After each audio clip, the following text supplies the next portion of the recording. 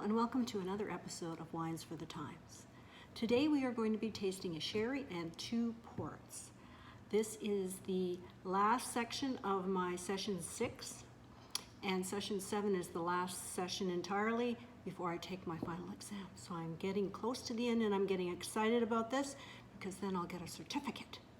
Yes, and I don't know exactly what that'll mean, but hey, it's been fun. So let's start with the sherry.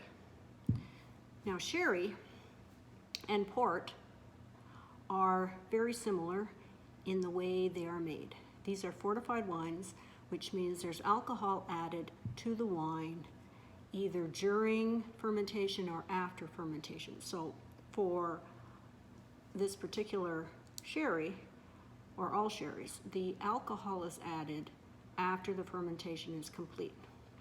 So it tends to be very dry. Now this one is an Oloroso sherry, which means there's no floor.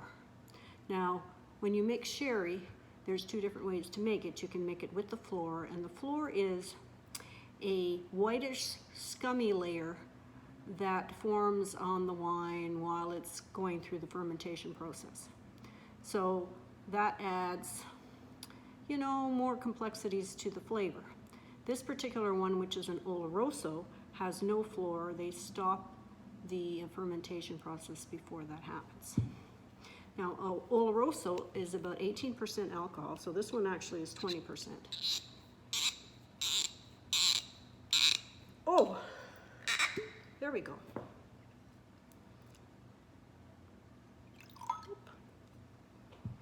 All right, so I'll keep this here while I'm doing this.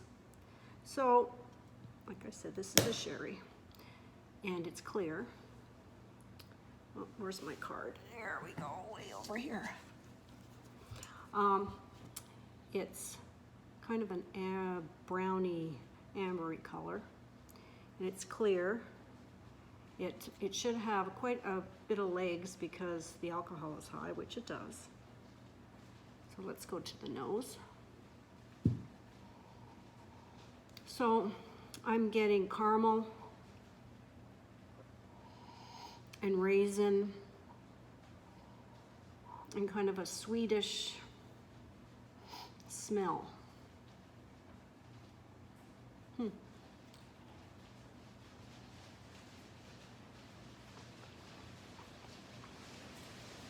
Oh, it's sour.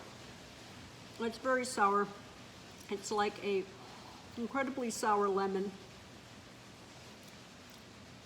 I'm getting some like burnt toast.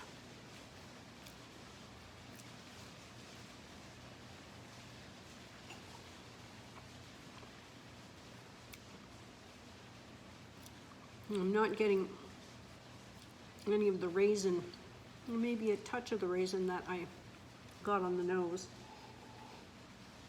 But all in all, it's a sherry. And I guess sherry's not my thing. So let's move on.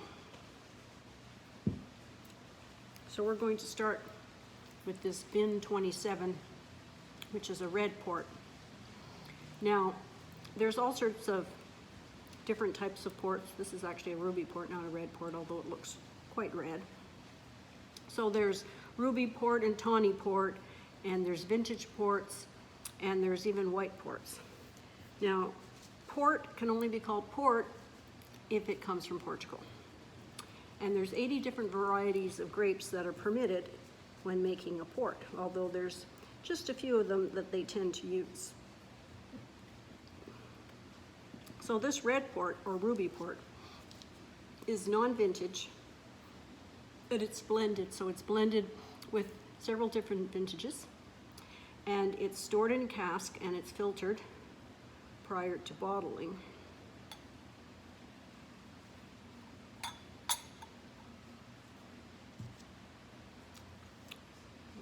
Move that over here.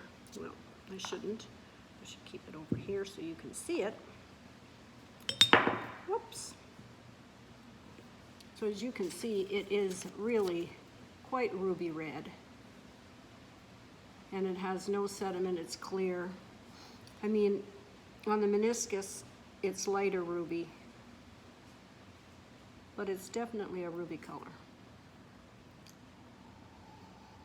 Okay, so this is very different than the sherry, although I do get some raisin, but some black fruits like black plums or black cherries.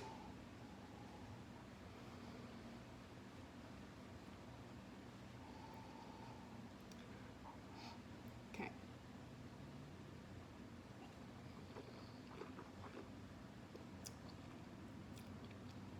And this is sweet, or demi-sec. It actually has a quite nice flavor. And the spirit that's used in a port is called aguardiente. Now, I probably said that wrong, but that is the spirit that's used when they put it in the wine. And like I said before, the difference between a sherry and a port is the alcohol is added, the spirits are added to the port before the fermentation is complete, so some residual sugars remain.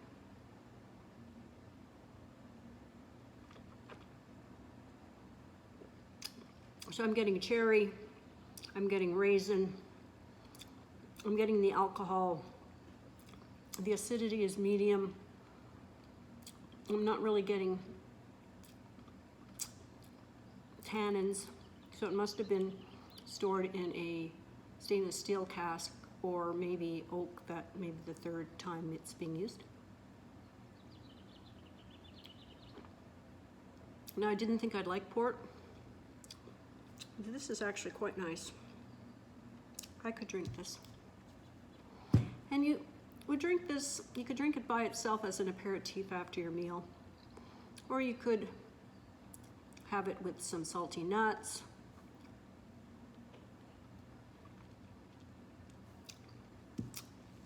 Or some chocolate. Okay, so let's move on to this port. And this is the Taylor Flagate 10-year-old Tawny port. Now, a Tawny port is not that, gotta stand for this, it's not on the top of the scale. Vintage ports are actually at the top of the scale, although you can get some high-end Tawny ports, which are called true Tawnies. And they're as good as a vintage port. Try to get rid of this. All right, here we go.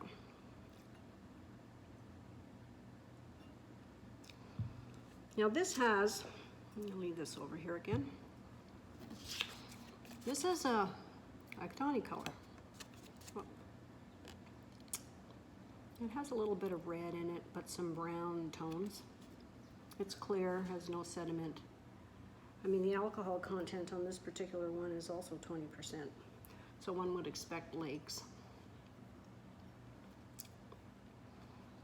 And on the nose, it's healthy.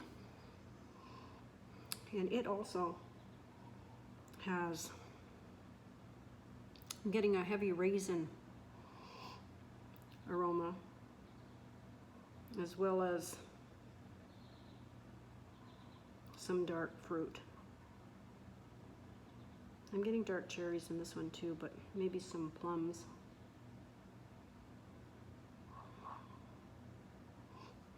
What does it say on the bottle I'm supposed to get? No, it doesn't. All right then. Let's have a taste.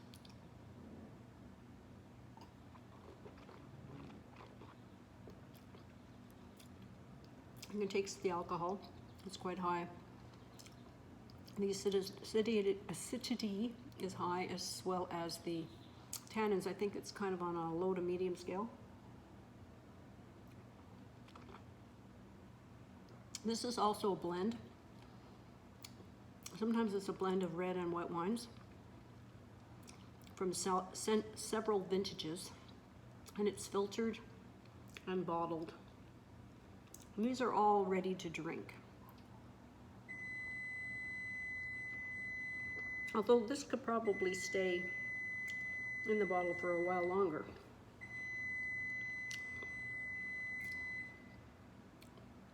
Well, that is it for today's tasting. I hope you enjoyed the port and sherry. And the beeping that you hear is my bread that I'm making. I'm making a sourdough bread and it's telling me it's ready. So it's ready, I'm done, and I'll catch you next time.